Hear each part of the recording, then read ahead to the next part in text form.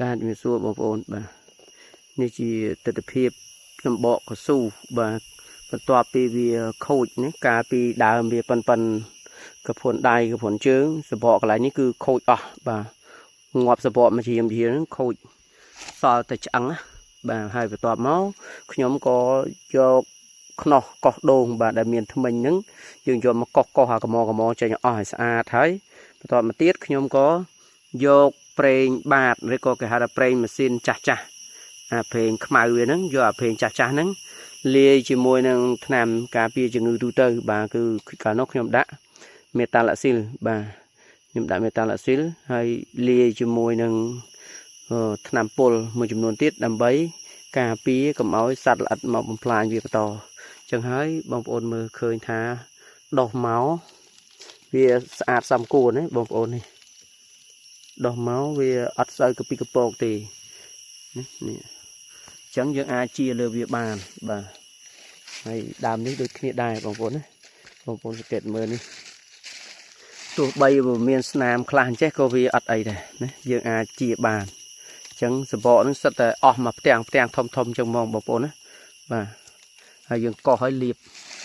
ហើយយើងលាបតែម្ដងទេបងប្អូនបាទឥឡូវយើងមកសាកល្បងប្រើផ្នែកខាងលើនេះទៀតបាទព្រោះអីនៅពេលដែលជាទៅអាចនឹងមានដល់ឆ្អឹងខ្លះអញ្ចឹងសាកល្បងវិធីនឹងចាំមើលថាតើវាអាចដុះស្មើដោយខាងក្រោមដែរអត់បងប្អូនបាទអញ្ចឹងនេះគឺជាទស្សនវិជ្ជាជាក់ស្ដែងដែលខ្ញុំបានអនុវត្តផ្ទាល់បងប្អូនណាបាទមើលថាតើវាមានប្រសិទ្ធភាពយ៉ាងម៉េចបាទដើមនេះដូចគ្នាបាទដោះមកគឺស្អាតហើយបាទដោះមកស្អាតហើយ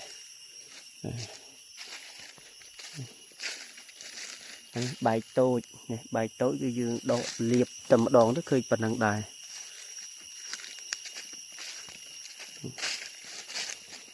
យើងមានជាក់ស្ដែងនៅពេលដែលយើងលាបកន្លែងមុខជាថាតើវានឹងដុះស្មើដែរឬទេបើដុះស្មើនោះជាចំណុចមួយថ្មីទៀតដែលយើងការពារបានបាទពីព្រោះសម្បកកស៊ូកាលណាខូចសម្បកហើយយើងពិបាកព្រោះដំណាំមួយនេះពឹងផ្អែកលើសម្បកទាំងស្រុងបាទនេះបងប្អូនណានេះឥឡូវដុះមកវិញអញ្ចឹងហើយយើងអត់លាបច្រើនដងទេបាទដូចបានបញ្ជាក់អញ្ចឹងគឺយើងលាបតែម្ដងទេបងប្អូនហើយកស៊ូនេះគឺពូជ Arid 251បងប្អូនណាបាទ